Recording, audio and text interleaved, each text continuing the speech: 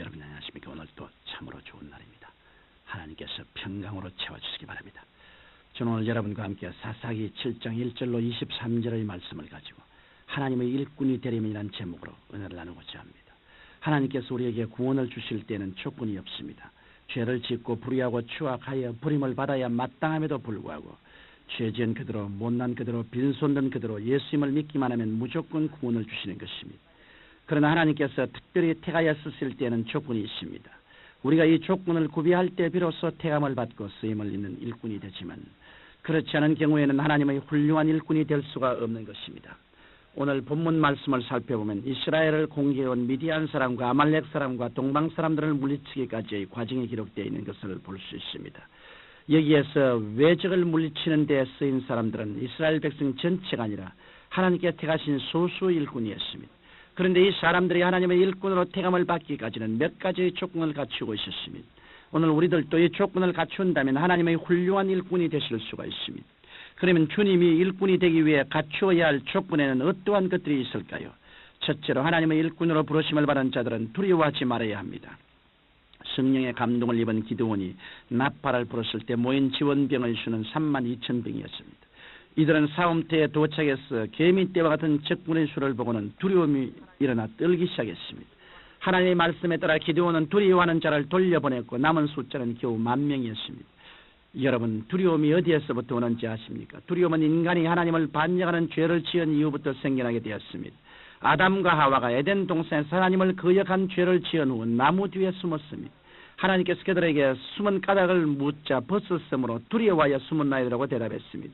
그들은 죄를 짓고 자신의 벌거벗음을 알고 부끄러웠으며 죄에 대한 징벌이 두려웠던 것입니다.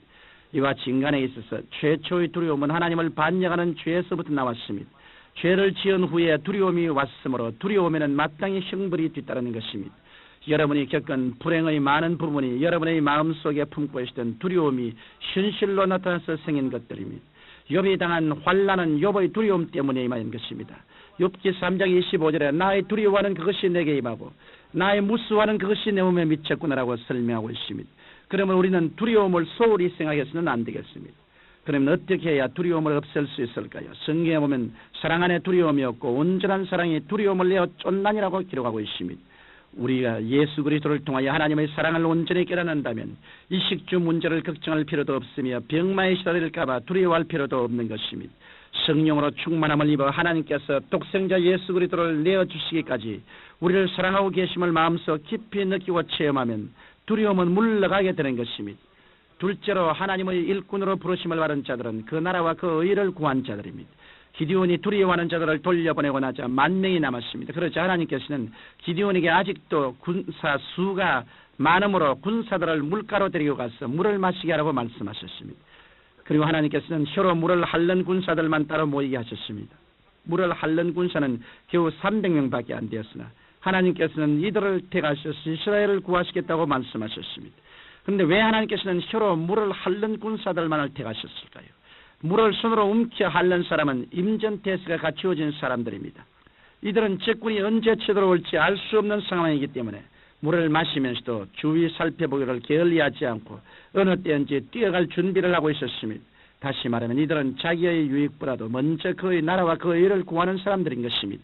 한편 무릎을 꿇고 물을 마신 자들은 자신의 욕구를 채우기 위해서는 항복을 스슴치 않으며 육신의 정욕과 안목의 정욕과 이생의 자랑 앞에 자신을 꿇고 하나님의 일을 뒤로 미루는 사람들인 것입니다. 그러면 여러분은 주님 앞에서 어떠한 태도를 취하고 있습니까? 하나님께서는 그의 나라와 그의 일을 먼저 구하는 사람을 택하셔서 사용하시고 축복해 주십니다. 그러므로 여러분은 먼저 그의 나라와 그의 일을 구하는 사람이 되셔서 하나님께 쓰임받게 되시기를 주님 이름으로 축원합니다. 셋째로 하나님께서는 하나님의 일꾼으로 부르심을 받은 용사들은 나팔과 횃불을 속에 감춘 항아리를 준비한 사람들입니다.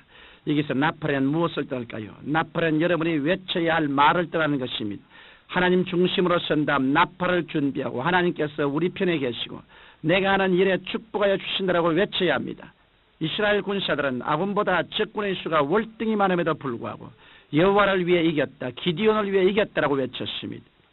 이처럼 여러분이 어려운 환경 가운데서도 하나님께서 나와 함께 하심으로 만사가 형통한다라는 긍정적인 신앙 고백을 하시고 나팔을 부시면 여러분께서 긍정하신 대로 하나님의 기적이 나타나게 되는 것입니다. 이 때문에 하나님의 일꾼이 되려면 반드시 나팔을 준비해야 하는 것입니다. 그 다음 용사들이 준비한 것은 횃불입니다. 횃불은 성령을 가르칩니다. 그러므로 택함을 받은 사람들은 성령 충만함을 받아야 합니다. 그 다음 용사들은 빈 항아리를 준비하였습니다. 횃불을 감춘 항아리를 준비한 이스라엘 군사들은 적을 향하여 나팔을 불고 항아리를 깨며 외쳤습니다. 항아리를 깨는 것은 자기 자신을 깨는 체험을 하는 것과 마찬가지입니다. 왜냐하면 항아리를 부수지 않으면 그 속에 들어있는 횃불이 드러나지 않기 때문입니다. 자기 자신이 깨어지는 신앙 체험이 없으면 하나님께서 주신 축복을 인간의 수단과 방법으로 이루어간 것이라고 생각하며 교만이 이기기 쉽습니다. 그러므로 하나님께서는 축복을 주시기 이전에 반드시 먼저 여러분을 깨뜨리시는 시련을 주시고 그 안에 감추인 횃불 즉 성령님이 드러나도록 하십니다. 여러분 가정에 문제가 있습니까? 생활에 문제가 있습니까? 자녀 문제, 사업 문제가 여러분을 괴롭힙니까? 이러한 문제를 해결하려면 항아리가 부서지듯 여러분 자신이 먼저 깨어지는 체험이 있어야만 합니다. 그러므로 성령님의 도움을 받아 여러분이 먼저 깨어지면 주님께서 문제를 해결해 주시는 것입니다. 사랑하는 청취자 여러분, 하나님께서는 미디안 사람과 아말렉 사람과 동방 사람들이 이스라엘을 공략했을 때 두려워하지 않고 서로 물을 핥아 먹는 경계하고 준비가 되어 있는 사람만 일꾼으로 쓰셨습니다. 이들에게 나팔과 횃불을 감춘 항아리를 준비하게 하신 다음 적진에서 나팔을 불고 항아리를 깨고 높이 외치게 하여 화살 한 개 쏘지 않고 적을 물리치게 되었습니다. 그러므로 여러분도 하나님의 능력만을 의지하여 외적을 물리치고 이긴 이스라엘의 300용사와 같이 신앙의 조건을 갖추셔서 하나님의 택하심을 받아 하나님의 일꾼 되시기를 바랍니다. 그리고 영혼이 잘됨같이 범사에 잘되고 강건하게 되는 삼박자 축복의 은총을 누리고 증가하는 생애가 되시기를 주님 이름으로 축원합니다. 사랑이 많으신 아버지요, 우리가 이 땅에 다 살면서 연약하지만 주님을 의지하고 주의 말씀을 고백하며 살게 될 때 하나님께서 우리를 위해서 싸워주시고 이겨주심을 감사합니다. 우리 주 예수 이름으로 기도하옵나이다. 아멘.